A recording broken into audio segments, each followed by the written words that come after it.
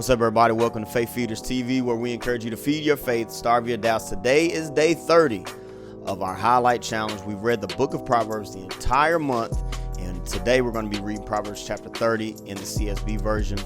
Next month, tomorrow starts a new month, so this will be our last day. Needless to say, I want to remind you that Proverbs has 31 chapters. A good way to get into daily Bible reading is to read one proverb a day. One proverb a day, you get godly wisdom, apply it to your life. There's a lot of practical wisdom that you get in the book of Proverbs. Be a doer of the word. And as you partake of the word of God, you develop more of a hunger for the word of God, and you'll begin to read even more. But taking 5 to 7 minutes to read one proverb can really jumpstart and get you into a daily Bible reading habit. So today we're going to read, again, Proverbs chapter 30, and then I'm going to share what I have highlighted, what's standing out to me, what God is speaking to me through chapter 30. And then in the comments, I'd like for you to do the same. Let's get it.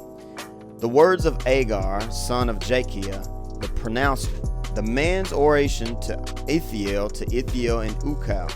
I am more stupid than any other person, and I lack humans' ability to understand. I have not gained wisdom, and I have no knowledge of the Holy One. Who has gone up to heaven? Who and come down? Who has gathered the wind in his hands? Who has bound up the waters in a cloak? Who has established all the ends of the earth? What is his name? And what is the name of his son? If you know, every word of God is pure. He is a shield to those who take refuge in him. Don't add to his words, or he will rebuke you, and you will be proved a liar. 2 things I ask of you. Don't deny them to me before I die. Keep falsehood and deceitful words far from me. Give me neither poverty nor wealth. Feed me with the food I need. Otherwise, I might have too much and deny you, saying, who is the Lord? Or I might have nothing and still profaning the name of my God.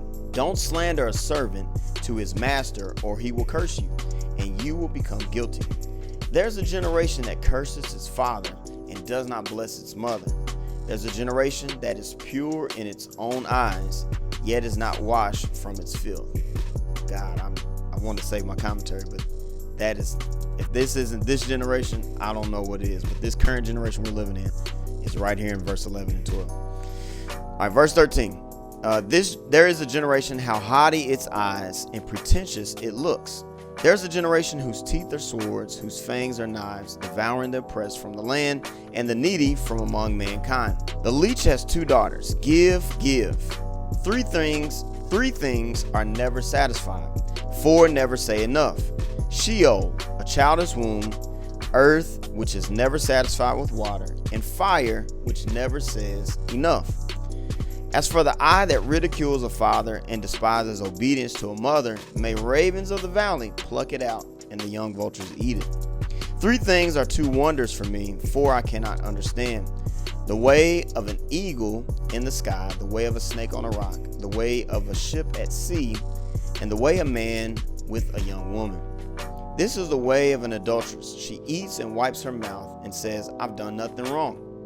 The earth trembles under 3 things it cannot bear up. Under 4, a servant when he becomes king, a fool when he is stuffed with food, an unloved woman when she marries, and a servant girl when she ousts her queen.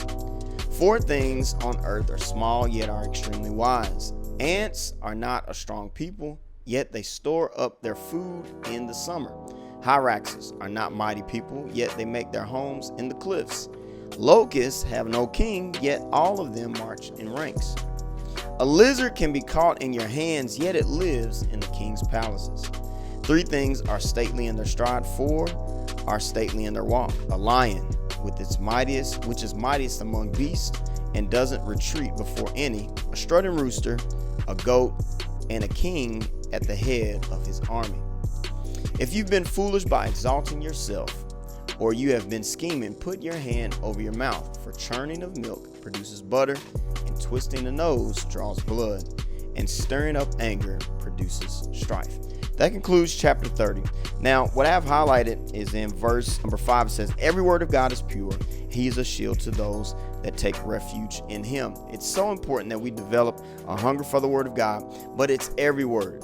The full word of God the entire Bible. There's some people that only read the New Testament. The Old Testament is written for our learning. The Word of God is pure. Some things are descriptive, some things are prescriptive. Needless to say, we need to believe what we read. This is a quote by John Bevere. Don't read what you believe, but believe what you read. And what he's saying is sometimes we say, I believe the Bible, so I read the Bible. No, when you read the Bible, believe the Bible. Because there are times when you'll read something that's going to challenge your walk, going to challenge the way that you think. But that's how we are transformed, by the renewing of our mind, according to the Word of God. And so it's important that we know that every word of God is pure, and there's something that God is communicating with us. This is His word to us, and it's important that we believe and hold on to the purity of the Word of God. And then in verse number 24, when it talks about the ants, verse 24, 4 things that are on earth are small, yet are extremely wise. And then goes into verse 25. Ants are not strong people, yet they store up their food in the summer. Ants may be small, but they're prepared. What you are doing, it may be small, but be prepared. It may seem small, but be prepared. There's something about preparation. There's another Proverbs, I think in 6, go to the ant, you sluggard, because that ant is prepared. And so there are times and seasons that we will encounter in life, but it's what we do in the small things. It's what we do in those small times that will prepare us. And so I want to encourage you, wherever you are, whatever you're starting, whatever you're doing, stay prepared, stay ready, because when we're found faithful in the least, we'll be found faithful in much.